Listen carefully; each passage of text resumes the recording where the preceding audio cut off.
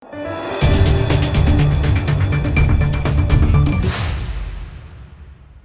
દર્શક મિત્રો, આપ જોઈ રહ્યા છો લોકમૈત્રી ન્યૂઝ. હું છું એન્કર અર્પિતા પટેલ. હવે છે અગત્યના સમાચાર.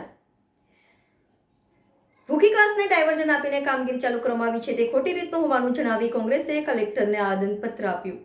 વડોદરા તાલુકામાં સોકડા, આજોડ અને સિસવા ગામ આવેલા છે, જેમાં સિસવાનું તળાવ ફાટે તો છાણી ગામ સહિતની આસપાસના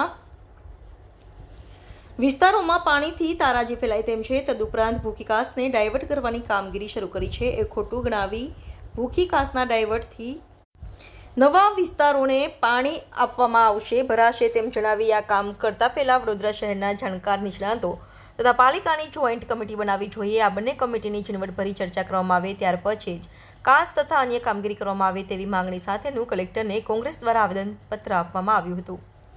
bureau report, Lokmaitri news, Vadodara.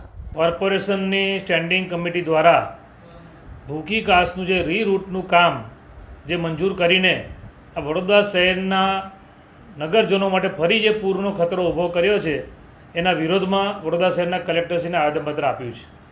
આપણે સૌ જાણીએ છીએ કે વડોદરા શહેરમાં જે ભ્રષ્ટ ભાજપના શાસકો દ્વારા જે માનવ સર્જિત જે પૂર આવ્યું અને એ પૂરમાં જે શહેરના નગરજનોને જે તકલીફ પડી છે, જે આર્થિક નુકસાન થયું છે, એનું તો ભરપાઈ થઈ નથી.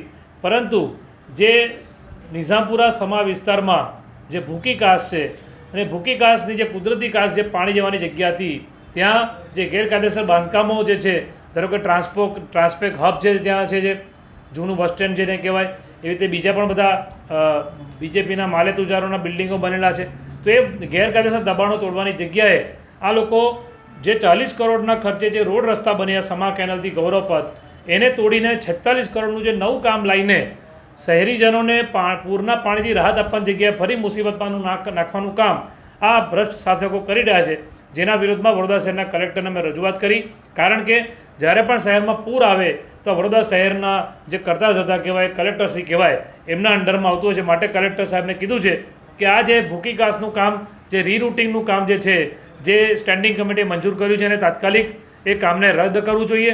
અને કલેક્ટર સાહેબ જે નોલેજવાળા, ટેકનિકલ નોલેજવાળા જે લોકો છે, સારા સ્ટ્રક્ચર એન્જિનિયર હોય, સારા એન્જિનિયર હોય, એવા બધા 5-10 લોકોને ભેગા કરીને કમિટી બનાવો અને આ વડોદરા શહેરમાં ફરી વખત પૂર ના આવે એ માટેના પ્રયત્નો થવા જોઈએ એવી અમે રજૂઆત કરી છે. લોકમૈત્રી ન્યૂઝ સાથે જોડાયેલા રહેવા અમારા યુટ્યુબ ચેનલને સબસ્ક્રાઇબ કરી ફેસબુક અને ઇન્સ્ટાગ્રામ પેજને લાઇક અને શેર કરો.